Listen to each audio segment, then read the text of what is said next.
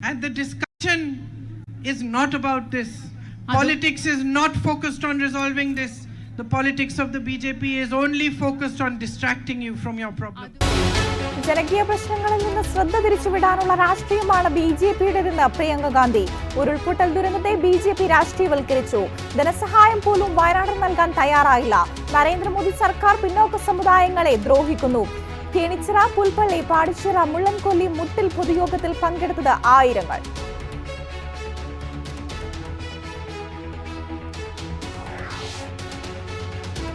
പാലക്കാട് ഉപതെരഞ്ഞെടുപ്പ് തീയതി നവംബർ 20 മാറ്റി. കൽപ്പാത്തി രഥോത്സവം പ്രമാണിച്ചാണ് തീയതി മാറ്റം.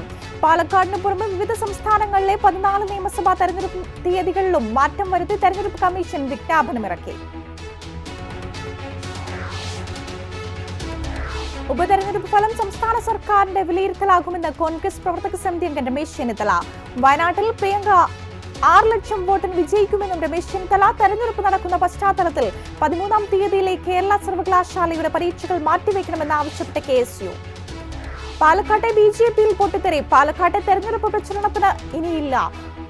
അപമാനം നേരിട്ട സ്ഥലത്തേക്ക് വരുന്നില്ലെന്ന് സന്ദീപ് വാര്യരുടെ ഫേസ്ബുക്ക് പോസ്റ്റ്. അമ്മയുടെ മൃതദേഹത്തിൽ റീത്ത് പോലും BJP നേതാക്കൾ വച്ചില്ലെന്നും സന്ദീപ് വാര്യർ നിരീക്ഷിച്ച BJP. മുനമ്പം വഖഫ് ഭൂമിയല്ലെന്ന പ്രതിപക്ഷ നേതാവ് VD സതീശൻ. LDF സർക്കാർ ഉണ്ടാക്കിയതാണ് മുനമ്പം പ്രശ്നം. മുനമ്പം വിഷയം ഉപയോഗിച്ച് സംഘപരിവാർ ഭിന്നിപ്പുണ്ടാക്കാൻ ശ്രമിക്കുന്നെന്നും മുനമ്പം UDF സർക്കാർ ആയിരുന്നെങ്കിൽ 1 മണിക്കൂർ കൊണ്ട് അവസാനിപ്പിച്ചേക്കുമെന്നും രമേശ് ചെന്നിത്തല. ഇത്രയും നാൾ കേരളയിൽ അനുമതി നിശ്ചയിച്ച കേന്ദ്ര സർക്കാരിന്റെയും റെയിൽവേയുടെയും പെട്ടെന്നുള്ള മനംമാറ്റത്തിന് പിന്നിൽ CPM BJP അന്തർധാരയെന്ന് KPCC president K Sudhakaran MP. കേരളയിൽ വരുന്നത് ഏതറ്റം വരെ തടയുമെന്നും പ്രതിപക്ഷ നേതാവ്.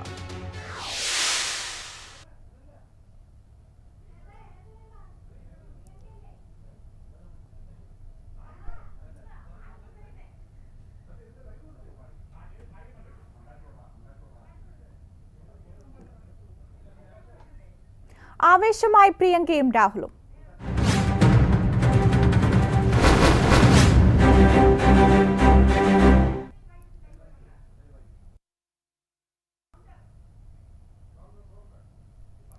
വയനാട്ടുകാരുടെ മനസ്സുതൊട്ട് പ്രശ്നങ്ങൾ മനസ്സിലാക്കാൻ വയനാട് ലോക്സഭാ സ്ഥാനാർത്ഥി പ്രിയങ്ക ഗാന്ധി ബഫർ സോണും മെഡിക്കൽ കോളേജ് വിഷയവും പ്രധാന പ്രശ്നങ്ങളാണ്. രാഹുൽ ഗാന്ധി നടപ്പിലാക്കാൻ കരുതിയ പദ്ധതികൾ ഏറ്റെടുത്ത് നടപ്പിലാക്കുമെന്ന് പ്രിയങ്ക ഗാന്ധി പറഞ്ഞു. വയനാട് മുട്ടിൽ പൊതുയോഗത്തിൽ സംസാരിക്കുകയായിരുന്നു പ്രിയങ്ക ഗാന്ധി.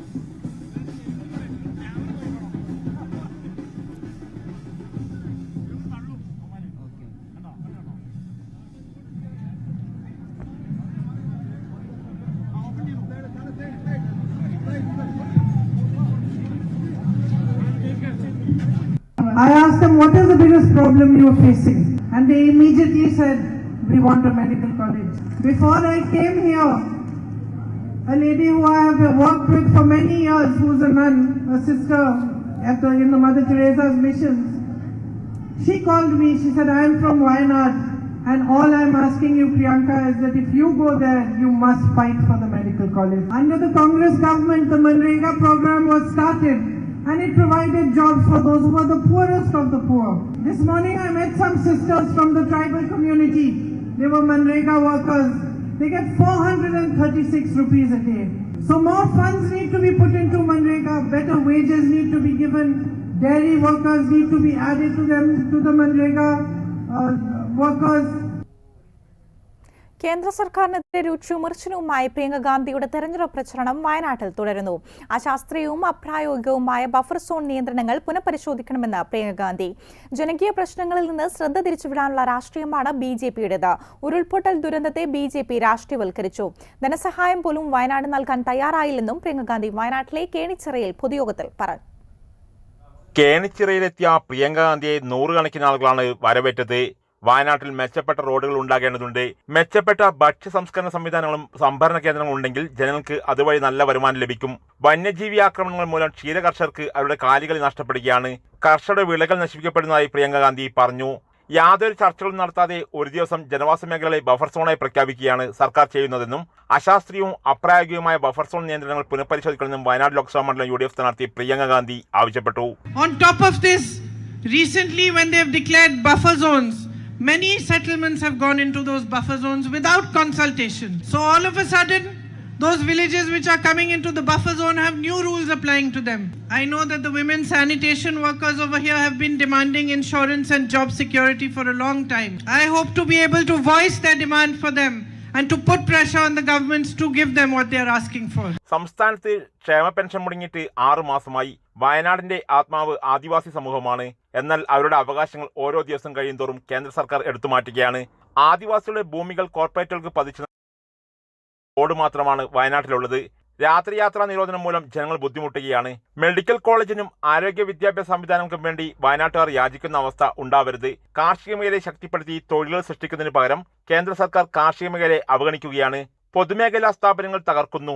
രാജ്യത്തെ യഥാർത്ഥ പ്രശ്നങ്ങളും അവയ്ക്കുള്ള പരിഹാരങ്ങളും ഇവിടെ ചർച്ച ചെയ്യപ്പെടുന്നില്ല. രാജ്യത്ത് തൊഴിലില്ലായ്മ നിരക്കും വിലക്കയറ്റവും ഏറ്റവും ഉയരത്തിലെത്തി. വയനാട് ദുരന്തത്തിൽ ഇതുവരെ നഷ്ടപരിഹാരം നൽകിയിട്ടില്ലെന്നും മഹാദുരന്തത്തെ പോലും രാഷ്ട്രീയവൽക്കരിച്ചെന്നും പ്രിയങ്ക ഗാന്ധി കുറ്റപ്പെടുത്തി. The real issues of the people are not discussed. Real problems are not resolved. Unemployment, as I said, is at a high. Prices are rising without any sort of idea that they might actually stop at some point. They just continue to rise. As I said, basic services are not available, and the discussion is not about this. Politics is not focused on resolving this. The politics of the BJP is only focused on distracting you from your problems. എംപിമാരായ Dean Kuriakose, Francis George, തെരഞ്ഞെടുപ്പ് committee കോർഡിനേറ്റർമാരായ IC Balakrishnan, T Siddique MLA, DCC president ND Appachan, MLA മാരായ Saji Joseph, Stanley Oommen തുടങ്ങിയവർ സന്നിഹിതരായിരുന്നു. എതുൽ സുരേഷിനൊപ്പം ധനിത്ലാൽ നമ്പ്യ, Jaihind news, Wayanad. Wayanad Lok Sabha മണ്ഡലം UDF സ്ഥാനാർത്ഥി പ്രിയങ്ക ഗാന്ധിയുടെ പ്രചരണം തുടരുന്നു. സുൽത്താൻ ബത്തേരി നിയോജക മണ്ഡലതല പര്യടനം നടത്തിയ ശേഷം പ്രിയങ്ക മുട്ടിലെത്തി. കൽപ്പറ്റ നിയോജക മണ്ഡലത്തിലെത്തി. വൈത്തിരിയിലാണ് ഇപ്പോൾ അവസാന പരിപാടി ഇപ്പോൾ പുരോഗമിച്ചുകൊണ്ടിരിക്കുകയാണ്. വൈത്തിരിയിൽ അല്പസമയത്തിനകം തന്നെ പ്രിയങ്ക ഗാന്ധി എത്തിച്ചേരും. തത്സമയ ദൃശ്യങ്ങളിലേക്ക്. ആ യാത്രയാണ് ഇന്ത്യയിൽ നമുക്ക് നഷ്ടപ്പെട്ടു പോകുമെന്ന് തോന്നിയ നമ്മുടെ രാജ്യത്തിന്റെ പൈതൃകം, നമ്മുടെ രാജ്യത്തിന്റെ ജനാധിപത്യം, നമ്മുടെ രാജ്യത്തിന്റെ മതേതരത്വ സ്വഭാവം. അത് തിരിച്ചു പിടിച്ച് ഇന്ന് ഇന്ത്യയിലെ പ്രതിപക്ഷത്തെ ഒരു പ്രത്യാശ നൽകുന്ന ശക്തിയാക്കി മാറ്റിയിട്ടുണ്ട് എങ്കിൽ അദ്ദേഹം നടത്തിയ ഉജ്ജ്വലമായ പോരാട്ടമാണ്. ഇന്നിപ്പോ പ്രിയ രാഹുൽ ഗാന്ധിക്കെതിരെ കഴിഞ്ഞ 10 വർഷം ആക്ഷേപം നടത്തിയവർക്കൊന്നും പറയാനില്ലല്ലോ. അദ്ദേഹത്തെ ഏതെല്ലാം തരത്തിൽ അദ്ദേഹത്തെ അവർ ബുദ്ധിമുട്ടിച്ചു. അദ്ദേഹത്തെ ഒരു പ്രസംഗത്തിനിടയിൽ എന്തോ പറഞ്ഞുവെന്ന് പറഞ്ഞുകൊണ്ട്, അതും ഈ 3-4 നീരജ് മോഡി, ഇങ്ങനെ കുറെ മോദിമാര് നമ്മുടെ രാജ്യത്ത് നിന്നും പണം തട്ടിക്കൊണ്ട് അന്യരാജ്യങ്ങളിലേക്ക് പോയപ്പോ അതിനെക്കുറിച്ചൊക്കെ സംസാരിച്ചു വന്നപ്പോൾ അദ്ദേഹം ഒന്ന് പറഞ്ഞു, എങ്ങനെ ഈ മോദിമാരെല്ലാം ഇങ്ങനെയായി തീരുന്നത് എന്നൊരു വാക്കേ പറഞ്ഞുള്ളൂ. ഒരു പബ്ലിക് മീറ്റിംഗിൽ ആരെല്ലാം ആലങ്കാരികമായി എന്തൊക്കെയോ സംസാരിക്കും, എന്തൊക്കെ കാര്യങ്ങൾ സംസാരിക്കും. നോക്കുമ്പോൾ പല മോഡിമാര്, എല്ലാത്തിന്റെയും പേരിനറ്റത്ത് മോദി. അപ്പൊ അദ്ദേഹം പറഞ്ഞു, ഇതെങ്ങനെയാ ഈ മോദിമാരെല്ലാം ഇങ്ങനെയായി പോകുന്നത് എന്ന് പറഞ്ഞുകൊണ്ട് അദ്ദേഹത്തിനെതിരെ ഒരു കേസ് കൊടുത്തു. ആ കേസ് കൊടുത്തപ്പോൾ ആ കേസ് നിൽക്കില്ല എന്ന് തോന്നിയപ്പോൾ 2 വർഷക്കാലത്തോളം ആ കേസ് ഇല്ലെന്നാക്കി. ആ കേസിനെ കുറിച്ച് വാദമില്ലാതെ ആ കേസ് പിൻവലിച്ചു നിർത്തി. അവസാനം സ്വന്തം അതിന് വേണ്ട ഒരു ജഡ്ജി അവിടെ വന്നു കഴിഞ്ഞപ്പോൾ ആ കേസ് വീണ്ടും കൊണ്ടുവന്ന് അദ്ദേഹത്തെ അയോഗ്യനാക്കി. നിങ്ങൾ തെരഞ്ഞെടുത്തയച്ച നിങ്ങളുടെ പാർലമെന്റ് അംഗത്തെ ഇന്ത്യൻ പാർലമെന്റിൽ നിന്നും അയോഗ്യനാക്കി അദ്ദേഹത്തിനെ അന്ന് രാത്രി തന്നെ അദ്ദേഹത്തിന്റെ വീടൊഴിപ്പിച്ച് അദ്ദേഹത്തിന്റെ എല്ലാ ഫോണുകൾ കട്ട് ചെയ്ത് എല്ലാ സൗകര്യങ്ങളും ഇല്ലാതാക്കി. പക്ഷേ ഇന്ത്യൻ ജനാധിപത്യവും ഇന്ത്യൻ ജുഡീഷ്യറിയും ഇതിനെല്ലാം അപ്പുറത്താണ്. ഇന്ത്യയുടെ സുപ്രീം കോടതി പറഞ്ഞു, ഇത് കാണിച്ചിരിക്കുന്നത് ശുദ്ധ അനാവശ്യമാണ്. ആ ജഡ്ജിയോട് തന്നെ ചോദിച്ചു, എന്തടിസ്ഥാനത്തിൽ ഇങ്ങനൊരു തീരുമാനമെടുത്തു? 2 വർഷക്കാലം തടവേ. മോദിമാരെല്ലാം കള്ളനാന്ന് പറഞ്ഞതുകൊണ്ട്. അപ്പൊ അങ്ങനെയാണെങ്കിൽ നമ്മളെല്ലാം പെട്ടുപോകുമല്ലോ. അപ്പൊ ഏതായാലും ആ സുപ്രീം കോടതി അത് ക്യാൻസൽ ചെയ്ത് അത് റദ്ദാക്കിക്കൊണ്ട് വീണ്ടും അദ്ദേഹത്തിന്റെ ലോക്സഭാ അംഗത്വം തിരിച്ചു കൊടുത്തത് കൊണ്ട് അദ്ദേഹം പോരാടിയാണ് ഇന്ത്യൻ പാർലമെന്റിലേക്ക് തിരിച്ചു വന്നത്. ആ പോരാടി തിരിച്ചു വന്ന ശ്രീ രാഹുൽ ഗാന്ധിയെ വയനാട്ടിലെ ജനത കഴിഞ്ഞ തവണയും ലക്ഷങ്ങളുടെ ഭൂരിപക്ഷത്തോടെ വിജയിപ്പിച്ചു. പക്ഷേ നിർഭാഗ്യവശാലോ അതല്ലെങ്കിൽ ഇന്ത്യൻ രാഷ്ട്രീയത്തിന്റെ ഒരു അനിവാര്യതയുടെ ഭാഗമായിട്ടോ അദ്ദേഹം ഇന്ന് ആ സ്ഥാനമൊഴിഞ്ഞത് കൊണ്ടാണ് പ്രിയങ്ക ഗാന്ധി ഇവിടെ മത്സരിക്കുന്നത്. കാരണം അന്ന് അദ്ദേഹം 2 സീറ്റിൽ മത്സരിച്ചു. നിങ്ങൾക്കറിയാം, ഇന്ത്യൻ ജനാധിപത്യത്തിൽ ഇന്ത്യയുടെ ഭരണം കിട്ടണമെങ്കിൽ നമുക്ക് ഏറ്റവും ആദ്യം വിജയിക്കേണ്ടത് UP ആണ്. കാരണം 85 സീറ്റുകളാണ് UP-യിൽ നിന്നുള്ളത്. ആ UP പിടിച്ചെടുക്കുക എന്നൊരു ലക്ഷ്യത്തോടുകൂടി റായ്ബറേലി എന്ന് പറയുന്ന നെഹ്റു കുടുംബത്തിന്റെ പരമ്പരാഗതമായി നെഹ്റു കുടുംബത്തിലുള്ളവരെ മാത്രം ജയിപ്പിച്ച കഴിഞ്ഞ തവണ സോണിയാഗാന്ധി വിജയിച്ച അതേ നിയോജക മണ്ഡലത്തിൽ നിന്നും നമ്മുടെ പ്രിയപ്പെട്ട നേതാവ് രാഹുൽ ഗാന്ധിയെ വീണ്ടും തിരഞ്ഞെടുത്തപ്പോൾ അദ്ദേഹം അവിടെയും ഇവിടെയും 2 ഇടത്തു നിന്നും വലിയ ഭൂരിപക്ഷത്തിന് വിജയിച്ചപ്പോൾ ഏതെങ്കിലും ഒരു സ്ഥാനം രാജിവെച്ചേ മതിയാവും. ഇന്ത്യ മുന്നണിയുടെ മുഴുവൻ നേതാക്കന്മാരും ചേർന്നു, കോൺഗ്രസ് പാർട്ടിയുടെ നേതാക്കന്മാർ ചേർന്നു. എല്ലാവരും ഒരേ സ്വരത്തിൽ അദ്ദേഹത്തോട് പറഞ്ഞു, UP നമുക്ക് നിലനിർത്തണം. കാരണം UP നമുക്ക് പിടിച്ചെടുക്കണം. UP-യിലെ 85 സീറ്റുകൾ അടുത്ത തവണ നമ്മൾ പിടിച്ചെടുത്താലേ UP-യിൽ ബഹുഭൂരിപക്ഷം സീറ്റും പിടിച്ചെടുത്താൽ മാത്രമേ നരേന്ദ്രമോദിയെ പുറത്താക്കിക്കൊണ്ട് ഈ രാജ്യത്തിന്റെ ഭരണം നമ്മുടെ കൈകളിൽ എത്തിക്കാൻ കഴിയൂ. അതുകൊണ്ട് തന്നെ UP-യുടെ നായകനായി, ഇന്ത്യ മുന്നണിയുടെ നായകനായി ശ്രീ രാഹുൽ ഗാന്ധി UP-യിൽ തുടരണമെന്ന് ഇന്ത്യ മുന്നണിയിലെ എല്ലാ രാഷ്ട്രീയ പാർട്ടികളും ഒന്നിച്ച് അദ്ദേഹത്തോട് ആവശ്യപ്പെട്ടു. അദ്ദേഹത്തിന്റെ മാനസിക വിഷമം അത് നമ്മൾ കണ്ടതാണ്. തന്നെ ഏറ്റവും കൂടുതൽ അപമാനിച്ചിരുന്ന, ആക്ഷേപിച്ചിരുന്ന ഒരു കാലത്ത് തനിക്ക് അഭയം നൽകിയ വയനാട്ടിലെ ജനതയെ തള്ളിപ്പറയുക എന്ന് പറഞ്ഞാൽ അതിൽ പരം അദ്ദേഹത്തിന് വേദന ഉണ്ടാക്കുന്ന ഒരു കാര്യമില്ലായിരുന്നു. അദ്ദേഹം വളരെ വേദനയോടുകൂടി പറഞ്ഞു. അവരൊക്കെ പറഞ്ഞപ്പോഴും ഇല്ല, ഞാൻ ആലോചിക്കട്ടെ, ഞാൻ പറയാമെന്നാണ് പറഞ്ഞത്. അവസാനം രാജിവെക്കേണ്ട ലാസ്റ്റ് നിമിഷമാണ് അദ്ദേഹം തീരുമാനമെടുത്തത്. ഇന്ത്യയിലെ ജനാധിപത്യ കക്ഷികളുടെ, ഇന്ത്യ മുന്നണിയിലെ സഖ്യകക്ഷികളുടെ, രാജ്യത്തെ ജനങ്ങളുടെ അവരുടെ പ്രതീക്ഷയ്ക്കൊത്ത് നിൽക്കേണ്ടി വന്നു എന്നുള്ളത് കൊണ്ട് മാത്രമാണ് അദ്ദേഹം വയനാട്ടിലെ തന്റെ MP സ്ഥാനം രാജിവെച്ചുകൊണ്ട് അവിടെ റായ്ബറേലിയിലെ സീറ്റ് നിലനിർത്തി ഇവിടെ ഒരു തിരഞ്ഞെടുപ്പ് വരേണ്ടി വന്നത്. പക്ഷേ അന്ന് അദ്ദേഹം നമുക്കൊരു വാക്ക് തന്നു. ഞാൻ ഓർക്കുന്നു, രാജിവെക്കുന്നതിന് മുമ്പ് അദ്ദേഹം വയനാട്ടിലെത്തി. വയനാട്ടിലെ ഇതുപോലെ വലിയ യോഗങ്ങളിൽ അദ്ദേഹം വിളിച്ചുകൂട്ടി. ഇവിടുത്തെ പ്രധാനപ്പെട്ട രാഷ്ട്രീയ പ്രസ്ഥാനത്തിന്റെ നേതാക്കന്മാരെ എല്ലാം വിളിച്ചുകൂട്ടി അദ്ദേഹം സംസാരിച്ചു. എനിക്ക് ഇങ്ങനെ ഒരു പ്രതിസന്ധി വന്നിരിക്കുന്നു. ഈ സ്ഥാനം രണ്ടിടത്ത് ഒരു രാഷ്ട്രീയ നേതാവ്, പ്രത്യേകിച്ച് പ്രധാനപ്പെട്ട നേതാക്കന്മാർ 2 സീറ്റുകളിൽ മത്സരിക്കുക എന്ന് പറയുന്നത് ഒരു പുതിയ കാര്യമൊന്നുമില്ല. കഴിഞ്ഞ തെരഞ്ഞെടുപ്പിൽ നരേന്ദ്രമോദി 2 ഇടത്തു നിന്ന് മത്സരിച്ചിരുന്നു. അവസാനം അദ്ദേഹം വാരാണസി നിലനിർത്തി മറ്റേ സീറ്റങ്ങ് ഒഴിഞ്ഞു. ഇതൊക്കെ സ്വാഭാവികമാണ്. പക്ഷേ രാഹുൽ ഗാന്ധിയെ സംബന്ധിച്ചിടത്തോളം അദ്ദേഹത്തിന്റെ ഏറ്റവും വലിയ ദുഃഖം എന്താണെന്ന് ചോദിച്ചാൽ, എന്റെ പ്രതിസന്ധികളിൽ, എന്റെ കഷ്ടപ്പാടുകളിൽ, എന്റെ ബുദ്ധിമുട്ടുകളിൽ എന്നെ സഹായിച്ച എന്റെ വയനാടിനെ ഞാൻ എങ്ങനെ ഉപേക്ഷിക്കുമെന്നുള്ളതായിരുന്നു അദ്ദേഹത്തിന്റെ ദുഃഖം. അവസാനം അദ്ദേഹം ഇവിടെ എത്തി നിങ്ങളെ എല്ലാം സാക്ഷി നിർത്തിക്കൊണ്ട് പറഞ്ഞു, എന്നേക്കാൾ നിങ്ങളെ സ്നേഹിക്കുന്ന ഒരാളെ ഞാൻ നിങ്ങൾക്ക് തരും, ഈ രാജ്യം പ്രതീക്ഷയോടെ ഒത്തുനിൽക്കുന്ന എന്റെ പ്രിയപ്പെട്ട സഹോദരി ശ്രീമതി പ്രിയങ്ക ഗാന്ധിയെ എന്ന്. അതാണ് ഇന്ന് ശ്രീമതി ആ വാക്ക് അദ്ദേഹം പാലിച്ചു. നോമിനേഷൻ കൊടുക്കാൻ പ്രിയങ്ക ഗാന്ധിയോടൊപ്പം ഇവിടെ എത്തിച്ചേർന്നത് ശ്രീ രാഹുൽ ഗാന്ധിയാണ്. അന്ന് അദ്ദേഹം നമ്മളോട് പറഞ്ഞു, എന്റെ ഹൃദയമാണ് ഈ മണ്ണ്, എന്റെ പ്രിയപ്പെട്ട നാടാണ് ഈ മണ്ണ്. ഈ മണ്ണിൽ എന്റെ സഹോദരിയെ ഞാൻ നിങ്ങളെ വിശ്വസിച്ച് ഏൽപ്പിക്കുന്നു. നിങ്ങൾ അവരെ ഇന്ത്യൻ പാർലമെന്റിലേക്ക് പറഞ്ഞയക്കണം. കാരണം ഇന്ത്യൻ പാർലമെന്റിൽ അവരെ ആവശ്യമുണ്ട്. കഴിഞ്ഞ 20 വർഷമായി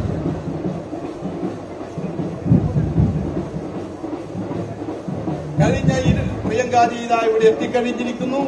കഴിഞ്ഞ 20 വർഷമായി ഇന്ത്യൻ രാഷ്ട്രീയത്തിൽ ഇന്ത്യയിലെ കോൺഗ്രസിന്റെ ഇന്ത്യ മുന്നണിയുടെ കുന്തമുനയായി ഉത്തരേന്ത്യൻ സംസ്ഥാനങ്ങളിൽ ആഞ്ഞടിക്കുന്നൊരു കൊടുങ്കാറ്റായി പ്രവർത്തനങ്ങൾക്ക് നിറഞ്ഞു നിന്നയാളാണ് ശ്രീമതി പ്രിയങ്ക ഗാന്ധി.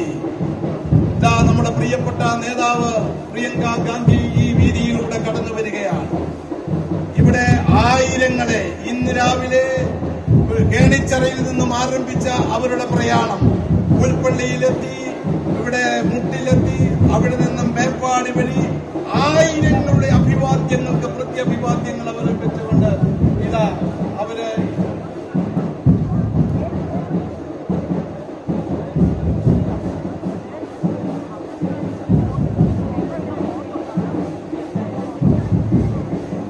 ഇവിടെ ഈ വൈത്തിരിയുടെ ഇതാ കടന്നു വരികയാണ്. കടന്നു വരുന്ന വഴികളിൽ ആയിരങ്ങളെ അമ്മമാരെ, സഹോദരിമാരെ, കുഞ്ഞുങ്ങളെ, ഈ നാട്ടിലെ സഹോദരന്മാരെ എല്ലാവരെയും അഭിവാദ്യം ചെയ്ത് നിങ്ങളുടെ അഭിവാദ്യങ്ങൾക്ക് പ്രത്യഭിവാദ്യങ്ങൾ നൽകി നിങ്ങളെ ചേർത്ത് പിടിച്ചുകൊണ്ട് ആണ് അവർ കടന്നു വരുന്നത്. ഇവിടെ വരുമ്പോൾ അവരുടെ പ്രസംഗം നിങ്ങളെ ഹൃദയത്തിൽ ഏറ്റുവാങ്ങിക്കൊണ്ടാണ് പറയുന്നത്. ഞാൻ ഇന്നലെ അവരുടെ പ്രസംഗം കേൾക്കാനിടയായി. ഇന്നലെ തരിയോടവർ പറഞ്ഞു, ഞാൻ വരും, നിങ്ങളുടെ ഓരോരുത്തരുടെയും വീടുകളിലേക്ക് എത്തി നിങ്ങളെ ഞാൻ കാണും.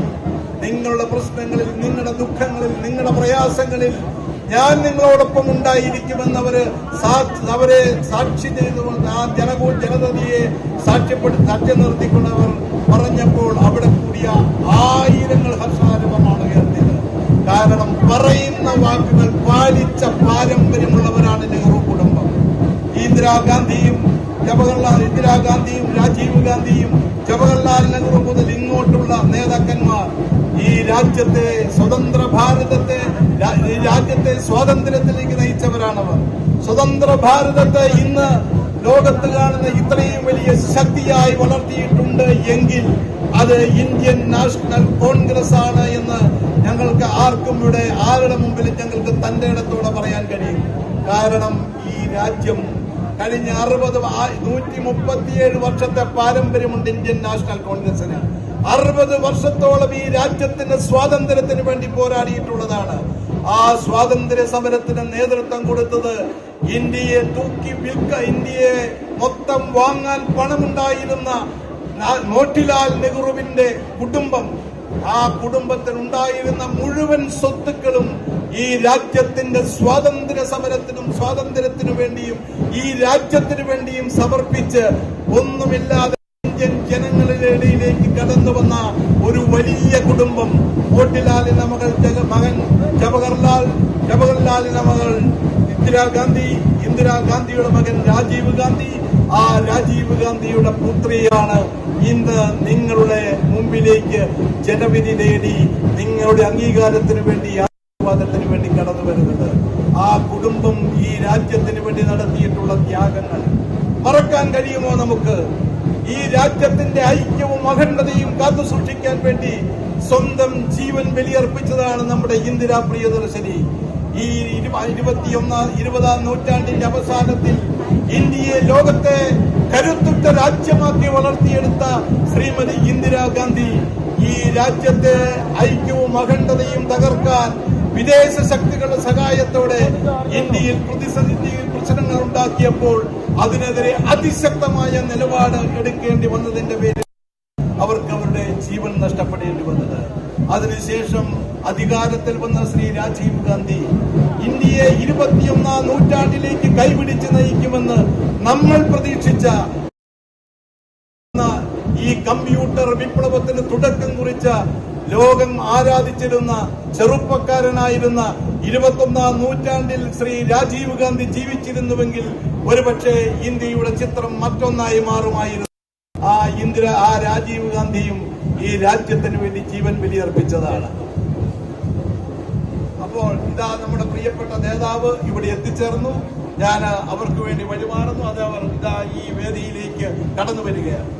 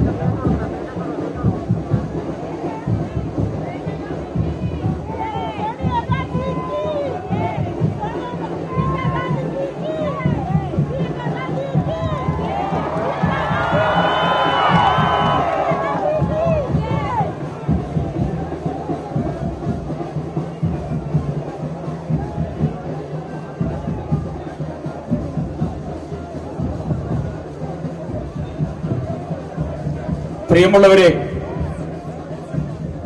ഇന്നത്തെ ദിവസത്തെ പ്രചരണത്തിന്റെ സമാപനം ആദരണീയയായ പ്രിയങ്ക ഗാന്ധി നമ്മുടെ വൈത്തിരിയുടെ മണ്ണിലേക്ക് കടന്നു വന്നിരിക്കുകയാണ്. മണ്ണിലേക്ക് കടന്നു വന്ന പ്രിയപ്പെട്ട പ്രിയങ്ക ഗാന്ധിയെ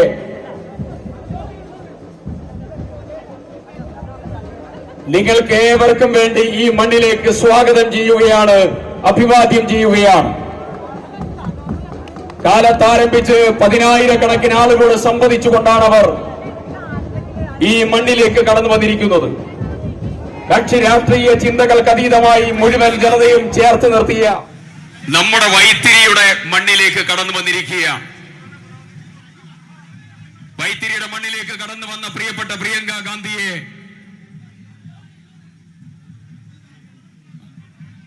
നിങ്ങൾക്ക് ഏവർക്കും വേണ്ടി ഈ മണ്ണിലേക്ക് സ്വാഗതം ചെയ്യുകയാണ്, അഭിവാദ്യം ചെയ്യുകയാണ്.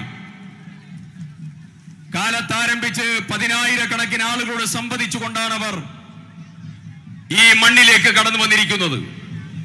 കക്ഷി രാഷ്ട്രീയ ചിന്തകൾക്ക് അതീതമായി മുഴുവൻ ജനതയും ചേർത്ത് നിർത്തിയ ഇന്നത്തെ പര്യടനത്തിന്റെ മഹാപ്രയാണം ഇന്ന് വൈത്തിരിയിൽ സമാപനം കുറിക്കുകയാണ്. വൈത്തിരിയിലേക്ക് എത്തിയിരിക്കുന്ന പ്രിയങ്ക ഗാന്ധിയെ പഞ്ചായത്ത് UDF കമ്മിറ്റി ഹൃദ്യമായി സ്വീകരിക്കുകയാണ്. പ്രിയപ്പെട്ട ശ്രീ സലിം മേമന, പ്രിയപ്പെട്ട ശ്രീ സലിംക, പ്രിയപ്പെട്ട ശ്രീ ഫൈസൽ, ശ്രീ വർഗീസേട്ടൻ ഉൾപ്പെടെയുള്ള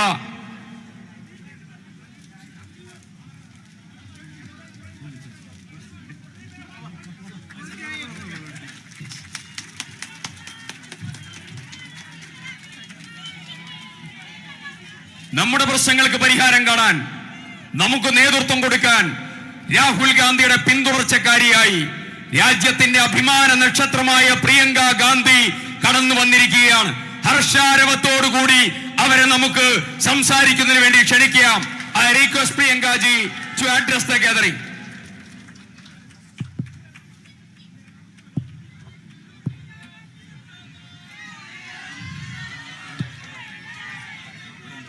My dearest sisters and brothers, എന്റെ ഏറ്റവും പ്രിയപ്പെട്ട സഹോദരി സഹോദരന്മാരെ, colleagues from the UDF on the stage, ഐക്യജനാധിപത്യ മുന്നണിയുടെ ഭാഗമായ എന്റെ സഹപ്രവർത്തകരെ, വേദിയിലുള്ള സഹപ്രവർത്തകരെ, I would like to welcome you here today and thank you very waiting for me until dark. നിങ്ങളെ എല്ലാവരെയും ഞാൻ ഇവിടെ സ്വാഗതം ചെയ്യുന്നു. അതുപോലെ ഈ രാത്രിയാകുന്നത് വരെ നിങ്ങൾ എനിക്ക് വേണ്ടി കാത്തു നിന്നതിന് ഞാൻ നിങ്ങളോട് നന്ദി പറയുന്നു.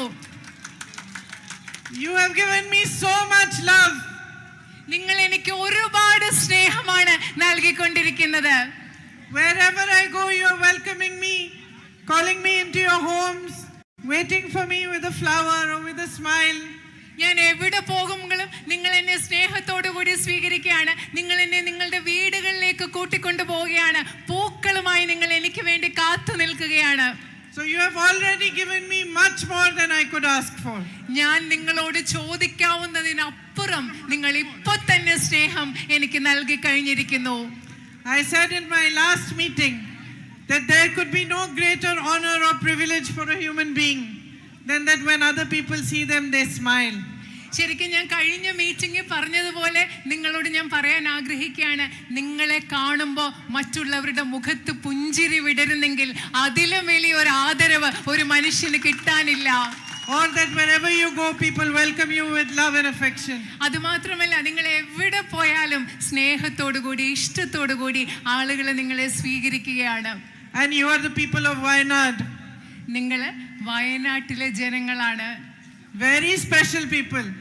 നിങ്ങൾ വളരെ പ്രത്യേകതയുള്ള മനുഷ്യരാണ്. You have stood for what India stands for right from the beginning.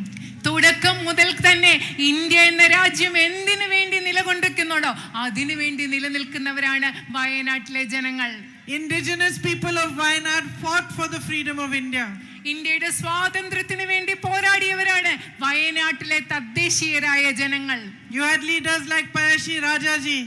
നിങ്ങളുടെ പഴശ്ശിരാജായെ പോലെയുള്ള നേതാക്കൾ ഇന്ത്യയുടെ സ്വാതന്ത്ര്യത്തിന് വേണ്ടി പോരാടിയവരാണ്. And even today you remain an example for the whole country. അതുമാത്രമല്ല, ഇന്നും ഇന്ത്യ മുഴുവനും ഒരു ഉദാഹരണമായിട്ടാണ് വയനാട്ടിലെ ജനങ്ങളായ നിങ്ങൾ ജീവിക്കുന്നത്. You have temples here, mosques, churches. നിങ്ങൾക്ക് ഇവിടെ അമ്പലങ്ങളുണ്ട്, പള്ളികളുണ്ട്, മോസ്കുകളുണ്ട്. In my meetings I see nuns, Catholic nuns standing next to, there you are, sisters. Welcome sisters.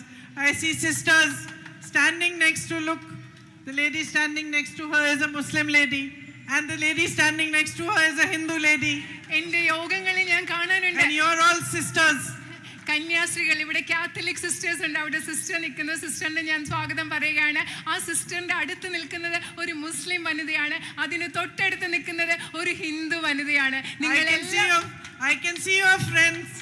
എനിക്കറിയാം നിങ്ങൾ മൂന്ന് പേര്, നിങ്ങൾ എല്ലാവരും സുഹൃത്തുക്കളാണെന്ന് എനിക്ക് കാണുമ്പോൾ മനസ്സിലാകും. And what better example can there be in our country today than you? ഇന്ന് നമ്മുടെ രാജ്യത്ത് നിങ്ങളല്ലാതെ നിങ്ങളെക്കാളും മികച്ച ഒരു ഉദാഹരണം ഇന്ത്യയിൽ നമുക്കിന്ന് കാണാനില്ല. The people of Wayanad who have understood the essence of our country. വയനാട്ടിലെ ജനങ്ങളായ നിങ്ങൾ ഇന്ത്യ എന്ന രാജ്യത്തിന്റെ കാതൽ എന്താണ്, സത്ത എന്താണെന്ന് നിങ്ങൾ മനസ്സിലാക്കിയിട്ടുണ്ട്. Who have understood that our constitution says that everybody is equal. വയനാട്ടിലെ ജനങ്ങളായി നിങ്ങൾ മനസ്സിലാക്കിയിട്ടുണ്ട് നമ്മുടെ ഭരണഘടന പറയുന്നത് എല്ലാ മനുഷ്യരും തുല്യരാണെന്ന് പറയുന്നത് നിങ്ങൾ മനസ്സിലാക്കിയിട്ടുണ്ട്. That it doesn't ask your religion or your caste. നിങ്ങളുടെ ഭരണഘടന ഒരിക്കലും നമ്മുടെ മതം ചോദിക്കുന്നില്ല, നമ്മുടെ ജാതി എന്താണെന്ന് ചോദിക്കുന്നില്ല. It doesn't ask what language you speak. നിങ്ങൾ ഏത് ഭാഷയാണ് സംസാരിക്കുന്നതെന്ന് അതൊരിക്കലും ചോദിക്കുന്നില്ല. If you are Indian, you are equal. ഇന്ത്യക്കാരാണെങ്കിൽ നിങ്ങൾ എല്ലാവരും തുല്യരാണ്. And if you are the public of this great country, നിങ്ങൾ ഈ രാജ്യത്തെ പൊതുജനങ്ങൾ, ഈ രാജ്യത്തെ ജനതയാണ് നിങ്ങളെങ്കിൽ, then you the people are more powerful than any leader that comes before you. നിങ്ങൾ ഇന്ത്യയിലെ ജനങ്ങളാണെങ്കിൽ നിങ്ങൾ ഇന്ത്യയിലെ ജനങ്ങൾ എന്ന് പറയുന്നത് നിങ്ങളുടെ മുൻപിൽ വരുന്ന ഏത് നേതാവിനേക്കാളും ശക്തിയുള്ളവരാണ്. That is what our constitution gave you. അതാണ് നമ്മുടെ ഭരണഘടന നിങ്ങൾക്ക് നൽകിയത്. The power to write your own future. നിങ്ങളുടെ സ്വന്തം ഭാവി രചിക്കാനുള്ള അധികാരമാണ് ഭരണഘടന നിങ്ങൾക്ക് നൽകിയത്. The power to change things. കാര്യങ്ങൾ മാറ്റാനുള്ള ശക്തി അധികാരമാണ്. The power to choose your leaders. നിങ്ങളുടെ നേതാക്കളെ തിരഞ്ഞെടുക്കാനുള്ള അധികാരമാണ്. And choose your politics. നിങ്ങളുടെ രാഷ്ട്രീയം തിരഞ്ഞെടുക്കാനുള്ള അധികാരമാണ്. That is why I have so much respect for you. അതുകൊണ്ടാണ് എനിക്ക് നിങ്ങളോട് ഒരുപാട് ബഹുമാനമുള്ളത്. Because you have shown again and again that you stand for what is right. കാരണം നിങ്ങൾ വീണ്ടും വീണ്ടും സമൂഹത്തിന് കാണിച്ചു കൊടുത്തിട്ടുണ്ട് നിങ്ങൾ എന്താണ് ശരിയായത് അതിനു വേണ്ടി നിൽക്കുന്നവരാണെന്ന്. Your tradition and culture has shown it. നിങ്ങളുടെ പാരമ്പര്യവും സംസ്കാരവും അത് കാണിച്ചു തന്നിട്ടുണ്ട്. And also you recognized that my brother was fighting for the truth when everybody else did not recognize it. അത് മാത്രമല്ല മറ്റാരും തിരിച്ചറിയാത്ത സമയത്ത് എൻ്റെ സഹോദരൻ സത്യത്തിന് വേണ്ടി പോരാടിക്കൊണ്ടിരിക്കുകയാണെന്ന് തിരിച്ചറിഞ്ഞവരാണ് ഇവിടുത്തെ ജനങ്ങൾ. A massive campaign was carried out. എൻ്റെ സഹോദരനെതിരെ ഒരു വലിയ പ്രചരണമാണ് ഇവിടെ നടന്നുകൊണ്ടിരുന്നത്. Money was put into it, resources were put into it. The BJP social media campaign to show my brother in a different light than the truth. ഒരുപാട് പൈസയും ഒരുപാട് വിഭവങ്ങളും BJP മാധ്യമങ്ങളിലൂടെ നവമാധ്യമങ്ങളിലൂടെ എൻ്റെ സഹോദരനെ കുറിച്ച് വ്യത്യസ്തമായ ഒരു ചിത്രം നൽകാൻ വേണ്ടി ഒരുപാട് പരിശ്രമിച്ചു. Many people turned their backs on him. ഒരുപാട് ആളുകൾ എൻ്റെ സഹോദരന് നേരെ പുറംതിരിഞ്ഞു നിന്നു. They didn't understand what he was fighting for. എൻ്റെ സഹോദരൻ എന്തിനു വേണ്ടിയാണ് പോരാടിക്കൊണ്ടിരുന്നതെന്ന് അവർക്ക് മനസ്സിലാക്കാൻ കഴിഞ്ഞില്ല. But you did.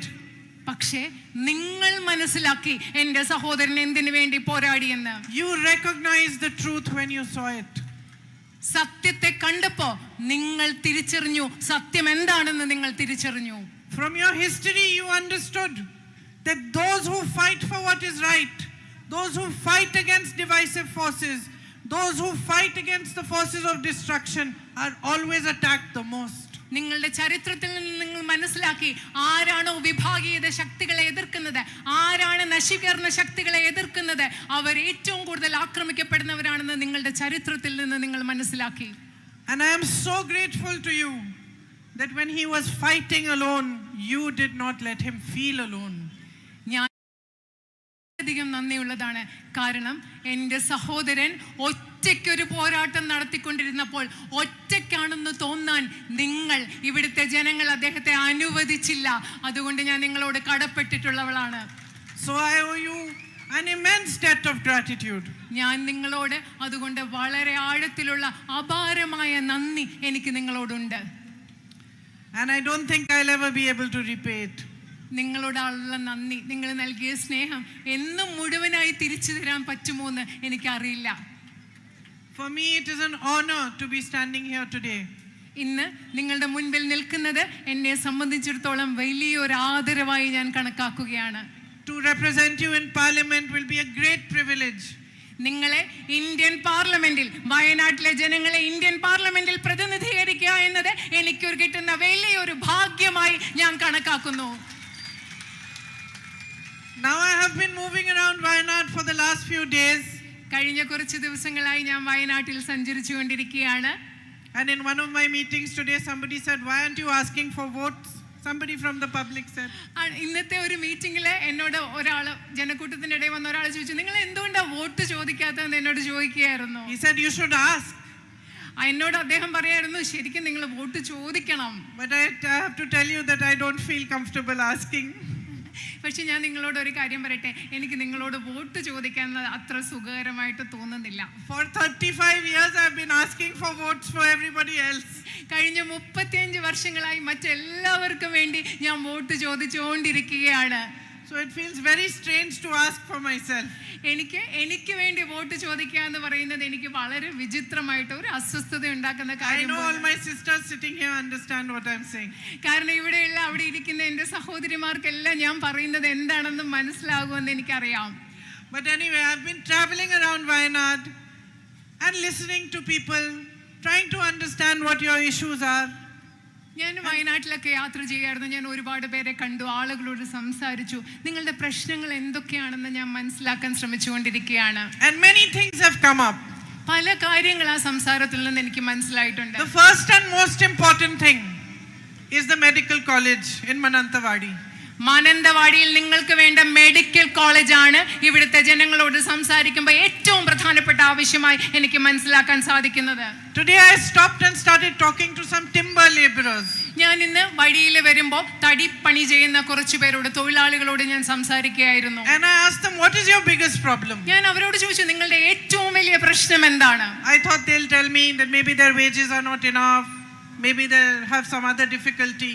ഞാൻ വിചാരിച്ചു അവരുടെ ശമ്പളം കുറവായിരിക്കും, അവർക്ക് വേറെ ബുദ്ധിമുട്ടുകൾ ഉണ്ടായിരിക്കും, അങ്ങനെയൊക്കെയാണ് ഞാൻ കരുതിയത്. But immediately they said to me, we want a medical college in Mananthavadi. പക്ഷെ അവരെന്നോട് പെട്ടെന്ന് പറഞ്ഞ എന്താണെന്നറിയോ? ഞങ്ങൾക്ക് മാനന്തവാടിയിൽ ഒരു മെഡിക്കൽ കോളേജ് വേണം. അതാണ് അവർ എന്നോട് പറഞ്ഞത്.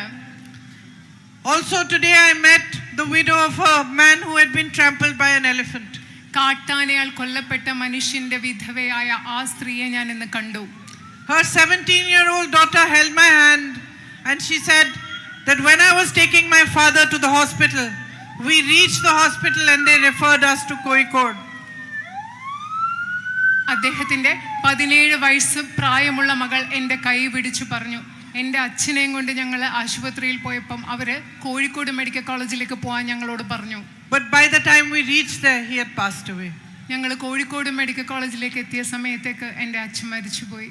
Before I came to Wayanad, one of my old friends, who is a sister like you in the Missionaries of Charity, she rang me up and she said, Priyanka, I am from Wayanad and I want only one promise from you. ഞാൻ ഇവിടോട്ട് വരുന്നതിന് മുമ്പ് എൻ്റെ സുഹൃത്തുക്കളായ സിസ്റ്റേഴ്സിനെ പോലെ എൻ്റെ സുഹൃത്തുക്കളായ missionaries of ചാരിറ്റിയിൽ പ്രവർത്തിക്കുന്ന എൻ്റെ ആ സിസ്റ്റർ എന്നെ വിളിച്ചു. So I said, tell me sister. ഞാൻ വയനാട് മാനന്തവാടിയിൽ നിന്നാണ്. പ്രിയങ്ക, എനിക്ക് ഒരു കാര്യം പറയാനുണ്ട്. അപ്പോൾ ഞാൻ സിസ്റ്ററിനോട് പറഞ്ഞു, സിസ്റ്റർ എന്നോട് പറയൂ, എന്താണ് കാര്യമെന്ന് പറയൂ. And she said, you know Priyanka, my mother died when she was 29 years old. എന്നോട് പറഞ്ഞത്, എൻ്റെ അമ്മ എനിക്ക് 29 വയസ്സുള്ളപ്പോഴാണ് മരിച്ചത്.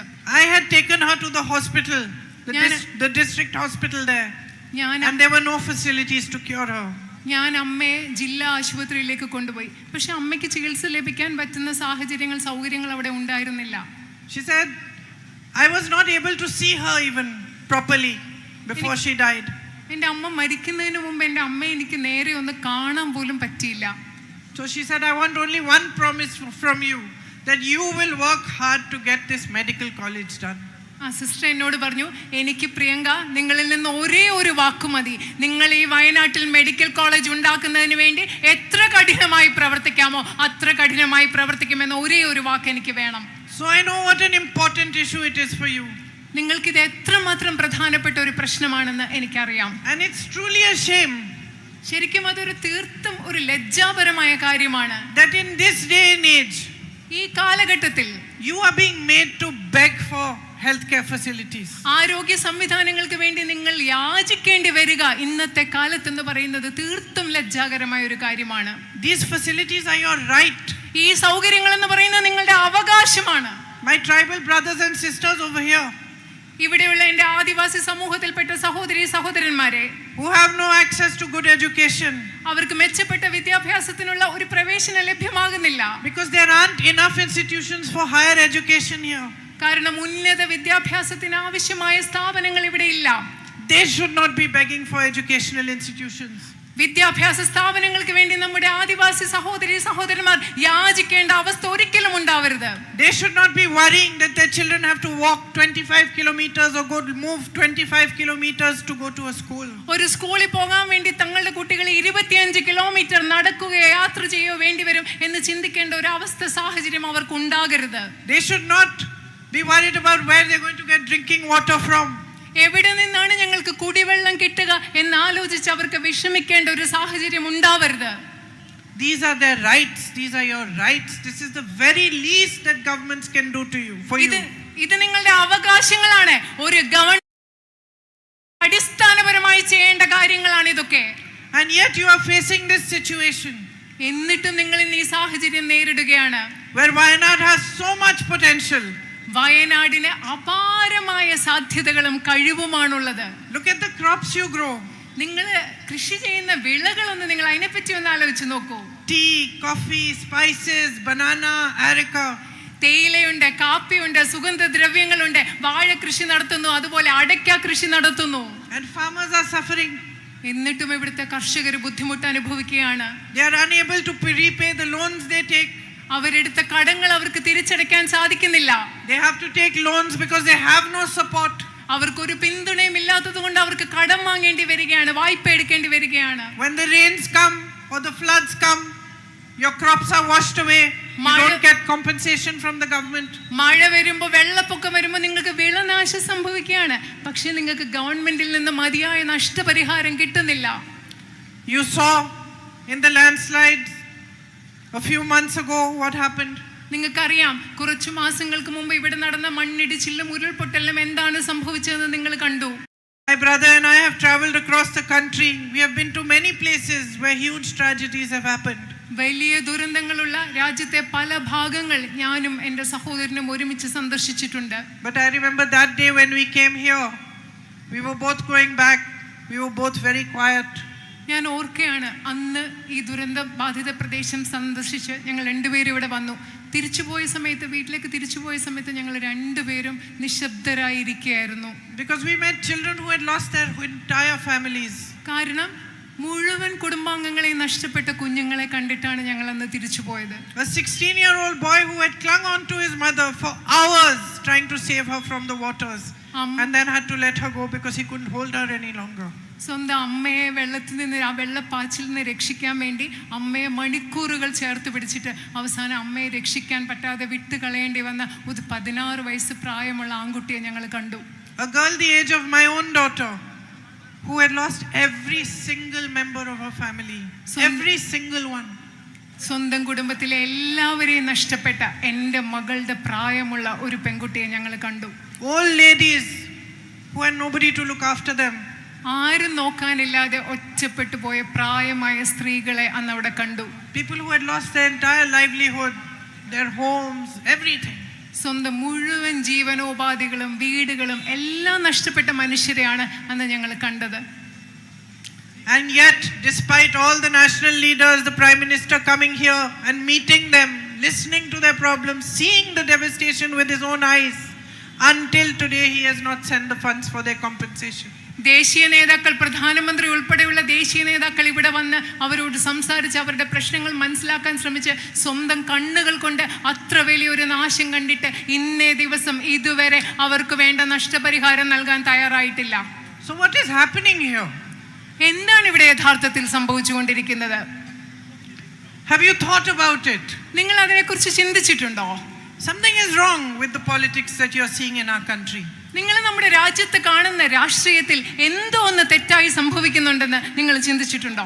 Its entire objective, the entire objective of the BJP and those who are in power today is to remain in power by any means.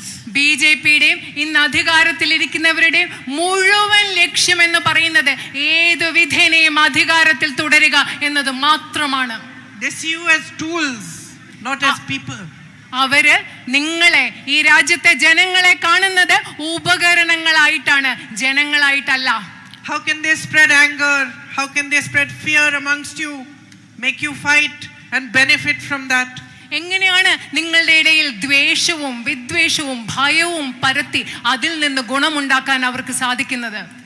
How can they sow seeds between you of mistrust so that they can benefit out of that? നിങ്ങളുടെ ഇടയിൽ അവിശ്വാസത്തിന്റെ വിത്തുകൾ വിതച്ചിട്ട് അവർക്ക് ഗുണമുണ്ടാക്കാൻ അവർക്ക് എങ്ങനെയാണ് സാധിക്കുക? So that whenever elections come, nobody talks about your real problems. എന്താണെന്ന് വെച്ചാൽ എപ്പോ തെരഞ്ഞെടുപ്പ് വരുന്നോ അപ്പോ ഈ നാട്ടിലെ ജനങ്ങളുടെ യഥാർത്ഥ പ്രശ്നങ്ങളെ കുറിച്ച് ആരും സംസാരിക്കുന്നില്ല. Nobody answers your real questions. നിങ്ങളുടെ യഥാർത്ഥ ചോദ്യങ്ങൾക്ക് ആരും ഉത്തരം നൽകുന്നില്ല. Why are the young people here fully educated but not able to find jobs anywhere? എന്തുകൊണ്ടാണ് ഇവിടെ അധികം വിദ്യാഭ്യാസം കിട്ടിയിട്ടുള്ള ചെറുപ്പക്കാർക്ക് വിദ്യാഭ്യാസം ഉണ്ടെങ്കിലും ജോലി കിട്ടാൻ സാധിക്കാത്തത്? Why are prices so high that my sisters cannot afford to buy anything no matter how many members of the family are earning? ഒരു കുടുംബത്തിലെ എത്ര ആളുകൾ ജോലി ചെയ്താലും സാധനങ്ങളൊന്നും വാങ്ങിക്കാൻ പറ്റാത്ത വിധത്തിൽ എൻ്റെ സഹോദരിമാർക്ക് ബുദ്ധിമുട്ടുണ്ടാകുന്ന വിധത്തിൽ എന്തുകൊണ്ടാണ് ഇവിടെ ഇത്ര വിലക്കയറ്റം ഉണ്ടാകുന്നത്? Why during election time, during times that matter, when your vote matters, are these issues not addressed? എന്തുകൊണ്ടാണ് തെരഞ്ഞെടുപ്പ് സമയത്ത് നിങ്ങളുടെ വോട്ടിന് പ്രാധാന്യമുള്ളപ്പോൾ ഇതുപോലെയുള്ള പ്രശ്നങ്ങളെ കുറിച്ച് ചർച്ച ചെയ്യാത്തത് എന്തുകൊണ്ടാണ്? And why isn't the government working for you? എന്തുകൊണ്ടാണ് ഗവൺമെന്റുകൾ നിങ്ങൾക്ക് വേണ്ടി പ്രവർത്തിക്കാത്തത്? Why are farmers not supported when they can't repay their loans? But the biggest businessmen in the country country are given 16 lakh crores of loan waivers. തങ്ങളുടെ കടങ്ങൾ തിരിച്ചടയ്ക്കാൻ സാധിക്കാത്തപ്പോൾ എന്തുകൊണ്ടാണ് നമ്മുടെ നാട്ടിലെ കർഷകർക്ക് പിന്തുണ കിട്ടാത്തത്? പക്ഷേ ഈ രാജ്യത്തെ അതിസമ്പന്നരായ വ്യവസായികളുടെ 16 ലക്ഷം കോടി വരുന്ന കടങ്ങൾ എഴുതി തള്ളുകയാണ് ഉണ്ടായത്. Because those in power have forgotten the people who put them in power. എന്തുകൊണ്ടാണെന്ന് വെച്ചാൽ അധികാരത്തിലിരിക്കുന്നവർ അവർക്ക് അധികാരം നൽകിയ അവരെ അധികാരത്തിൽ എത്തിച്ച ജനങ്ങളെ മറന്നിരിക്കുന്നു. അതുകൊണ്ടാണ് ഇതിവിടെ സംഭവിക്കുന്നത്. So it's very, very important for you to understand today and to realize the power of your vote. അതുകൊണ്ട് നിങ്ങളെ സംബന്ധിച്ചിടത്തോളം ഇന്നത്തെ കാലഘട്ടത്തിൽ മനസ്സിലാക്കേണ്ടത് നിങ്ങളുടെ വോട്ടിന്റെ ശക്തി എത്രമാത്രം മനസ്സിലാക്കേണ്ടതെന്നും തിരിച്ചറിയേണ്ടതും അത്യാവശ്യമാണ്. You have to redirect the politics of this country. ഈ രാജ്യത്തിന്റെ രാഷ്ട്രീയത്തിന്റെ ദിശ വേണ്ടിയിരിക്കുന്നു. You have to show the BJP what matters to you, what is important to you. നിങ്ങൾക്ക് ബിജെപിക്ക് കാണിച്ചു കൊടുക്കണം നിങ്ങൾക്ക് പ്രധാനപ്പെട്ടത് എന്താണ്, നിങ്ങൾക്ക് പ്രധാനപ്പെട്ടത് എന്താണെന്ന് ബിജെപി നിങ്ങൾ കാണിച്ചു കൊടുക്കണം. And remind them of what our country's foundation is. ഈ രാജ്യത്തിന്റെ അടിത്തറ എന്താണെന്ന് ബിജെപിയെ നിങ്ങൾ ഓർമ്മിപ്പിച്ചു കൊടുക്കണം. All these problems you are facing, all of them, every single one of them can be addressed. And if we all work together, we can find resolutions to them. നിങ്ങൾ നേരിടുന്ന എല്ലാ പ്രശ്നങ്ങളും ഈ പ്രശ്നങ്ങളെല്ലാം നമുക്ക് പരിഹരിക്കാൻ സാധിക്കും. നമ്മൾ ഒരുമിച്ച് പ്രവർത്തിച്ചാൽ ഈ പ്രശ്നങ്ങൾക്കൊക്കെ കൃത്യമായ പരിഹാരം നമുക്ക് കണ്ടെത്താൻ കഴിയും. And that is what politics should be about. രാഷ്ട്രീയം എന്ന് പറയുന്നത് അതായിരിക്കണം, അതിനെക്കുറിച്ചുള്ളതായിരിക്കണം രാഷ്ട്രീയം. You have a very important and special relationship with my brother. നിങ്ങൾക്ക് എൻ്റെ സഹോദരനുമായിട്ട് വളരെ പ്രധാനപ്പെട്ട വളരെ സവിശേഷമായ പ്രത്യേകമായ ഒരു ബന്ധമുണ്ട്. It's a rare relationship. അത് അപൂർവമായ ഒരു ബന്ധമാണ്. Where there is honesty on both sides, love on both sides, respect on both sides. രണ്ട് വശത്തും നിങ്ങൾക്കും എൻ്റെ സഹോദരനും സ്നേഹമുണ്ട്, സത്യസന്ധതയുണ്ട്, ബഹുമാനമുണ്ട്. അങ്ങനെയുള്ള ഒരു അപൂർവമായ ബന്ധമാണത്. But it should not be rare. It should be the relationship between every leader and all the people of India, between all the people you choose to represent you and you. പക്ഷേ അതൊരു അപൂർവമായ ബന്ധമാകരുത്. അത് നിങ്ങളും നിങ്ങളെ തെരഞ്ഞെടുക്കുന്ന ഏത് ജനപ്രതിനിധിയും നിങ്ങളുടെ ഏത് രാഷ്ട്രീയ നേതാവും ജനങ്ങളും തമ്മിലുള്ള ബന്ധം അത്തരത്തിലുള്ള ഒരു ബന്ധമാകണം. I know that he has worked very hard for you. എനിക്കറിയാം എൻ്റെ സഹോദരൻ നിങ്ങൾക്ക് വേണ്ടി കഠിനമായി അധ്വാനിച്ചിട്ടുണ്ട്. It is because of his efforts that the status of the hospital has also changed to medical college, although the facilities still haven't come. Medical കോളേജിന്റെ സൗകര്യങ്ങൾ ഒന്നും വന്നില്ലെങ്കിലും എൻ്റെ സഹോദരൻ കഠിനമായി പരിശ്രമിച്ചത് കൊണ്ടാണ് അവിടെ മെഡിക്കൽ കോളേജ് എന്നൊരു ബോർഡെങ്കിലും വന്ന് അതിന്റെ ആ പദവി മാറിയതെന്ന് ഞാൻ പറയാൻ ആഗ്രഹിക്കുകയാണ്. He has tried to reach out in tribal areas with healthcare vans for primary health care. ആരോഗ്യ സംരക്ഷണത്തിനും പ്രാഥമിക ആരോഗ്യ സംവിധാനങ്ങൾക്കും വേണ്ടിയുള്ള വാനുകൾ അദ്ദേഹം ആദിവാസി മേഖലകളിൽ ആരംഭിച്ചിട്ടുണ്ട്. Provided for buses for ambulances. ബസ്സുകളും ആംബുലൻസ് സേവനങ്ങളും അദ്ദേഹം ആരംഭിച്ചിട്ടുണ്ട്. Smart Anganwadis and many other things. Smart അംഗൻവാടിയും അതുപോലെ മറ്റു കാര്യങ്ങളും അദ്ദേഹം ചെയ്തിട്ടുണ്ട്. I know that you need the establishment here of a mini civil station. നിങ്ങൾക്ക് ഇവിടെ ഒരു മിനി സിവിൽ സ്റ്റേഷൻ വേണമെന്നുള്ള ആവശ്യമുണ്ടെന്ന് എനിക്കറിയാം. For the main government services that you could be getting.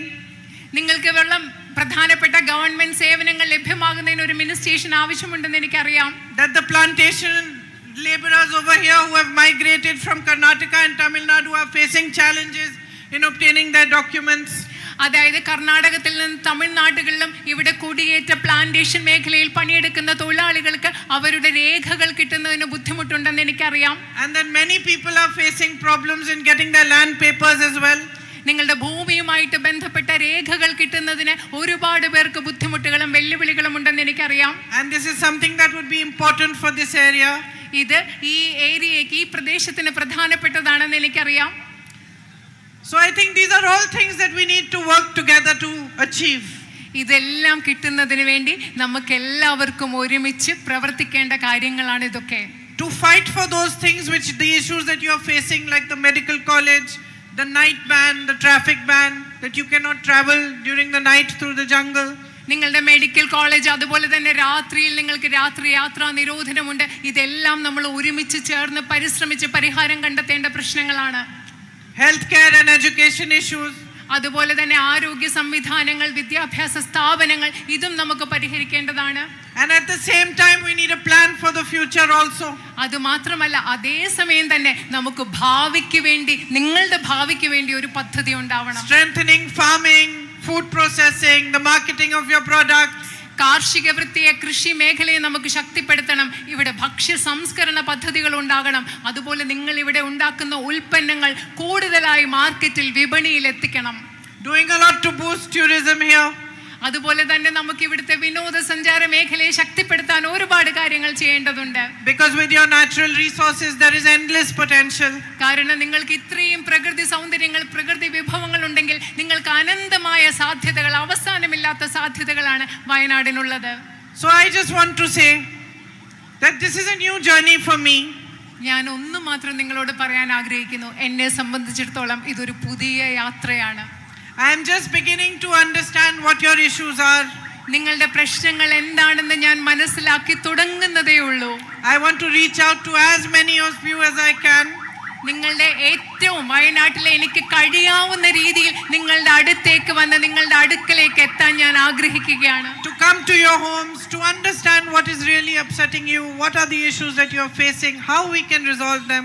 നിങ്ങളുടെ വീടുകളിൽ വരണം എന്ന് എനിക്ക് ആഗ്രഹമുണ്ട്. നിങ്ങളുടെ വീടുകളിൽ വന്ന് നിങ്ങളോട് സംസാരിച്ച് നിങ്ങളെ ബുദ്ധിമുട്ടിക്കുന്ന ഏറ്റവും വലിയ പ്രശ്നങ്ങൾ എന്തൊക്കെയാണ്, അത് പരിഹരിക്കാൻ നമുക്ക് എന്ത് ചെയ്യാൻ പറ്റും എന്ന് മനസ്സിലാക്കണം എനിക്ക്.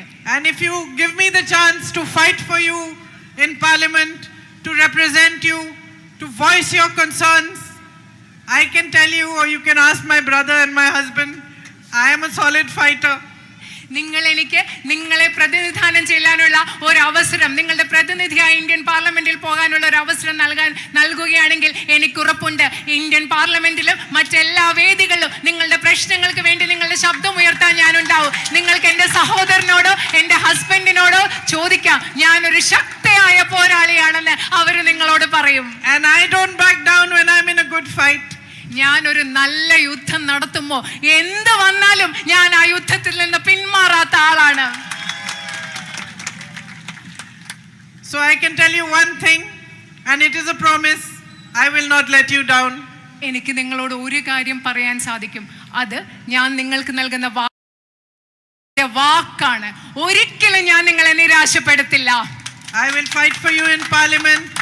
I will fight for you on every platform possible. If I have to fight on the streets, I will fight on the streets for you as well.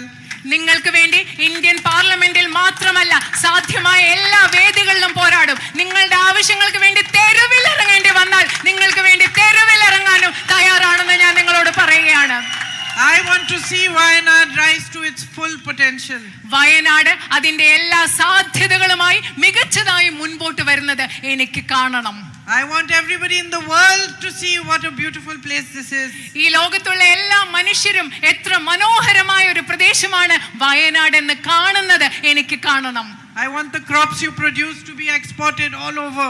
നിങ്ങൾ ഉണ്ടാക്കുന്ന വിളകൾ ഈ ലോകം മുഴുവൻ കയറ്റുമതി ചെയ്യുന്നത് എനിക്ക് കാണണം. Or then for people to see, when they see that this is coffee from Wayanad or this is cinnamon from Wayanad, they should immediately know just by the name Wayanad that it's the best in the world. അത് മാത്രമല്ല, നിങ്ങൾ ഒരു പാക്കറ്റിൽ ഇത് വയനാട്ടിലെ കാപ്പിയാണ്, വയനാട്ടിലെ കറുവപ്പട്ടയാണെന്നൊക്കെ കാണുമ്പോൾ അവരത് കണ്ടു തന്നെ, വയനാടെന്ന് കണ്ടു തന്നെ പറയണം, ഇത് ലോകത്തിലെ ഏറ്റവും മികച്ചതാണെന്ന് അവർ പറയണം. അതെനിക്ക് കാണണം. Because this is a beautiful place. കാരണം ഇത് മനോഹരമായ ഒരു പ്രദേശമാണ്. And you are beautiful people. അത് മാത്രമല്ല, മനോഹരമായ ഒരു പ്രദേശമല്ല, മനോഹരമായ മനുഷ്യർ കൂടെയാണ് നിങ്ങൾ. And your spirit shines a light on this whole country. അത് മാത്രമല്ല, വയനാട്ടിലെ ജനങ്ങളുടെ ചൈതന്യം എന്ന് പറയുന്നത് ഈ രാജ്യം മുഴുവൻ തിളങ്ങി നിൽക്കുന്ന ഒന്നാണ്. You are an example of all that is beautiful about India. ഇന്ത്യയിൽ എന്തൊക്കെയാണോ, ഇന്ത്യ എന്ന രാജ്യത്ത് എന്തൊക്കെ മനോഹരമായിട്ടുണ്ടോ അതിന്റെ എല്ലാം ഉദാഹരണങ്ങളാണ് ഇവിടുത്തെ ജനങ്ങളായ നിങ്ങൾ. So thank you very much for listening to me and for standing here in the dark and waiting for me. നിങ്ങൾ ഈ ഇരുട്ടത്ത് നിന്ന് എന്നെ കാത്തു നിന്നതിനും എന്നെ ശ്രദ്ധിച്ച് കേട്ടതിനും ഞാൻ നിങ്ങളോട്, especially my sisters, I know you must be having to go home and get food ready and everything. പ്രത്യേകിച്ച് എൻ്റെ സഹോദരിമാരെ, എനിക്കറിയാം നിങ്ങൾക്ക് വീട്ടിൽ തിരിച്ചു പോയി രാത്രി ഭക്ഷണം പാകം ചെയ്യേണ്ടതൊക്കെ ഉണ്ട്. എന്നിട്ട് നിങ്ങൾ ഇവിടെ വന്നു and see what the children are doing. അതുപോലെ നിങ്ങൾക്ക് വീട്ടിൽ പോയി കുട്ടികൾ എന്തൊക്കെയാ ചെയ്യുന്നതെന്ന് നിങ്ങൾക്ക് നോക്കണം. So thank you for waiting for me, and I will come back and see you very soon. എനിക്ക് വേണ്ടി കാത്തിരുന്നതിന് നന്ദി. ഞാൻ വേഗം വീണ്ടും വന്ന് നിങ്ങളെ കാണാം. Thank you. നന്ദി.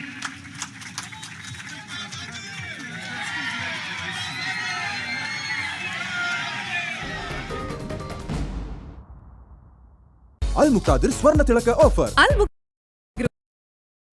എല്ലാ ആഭരണ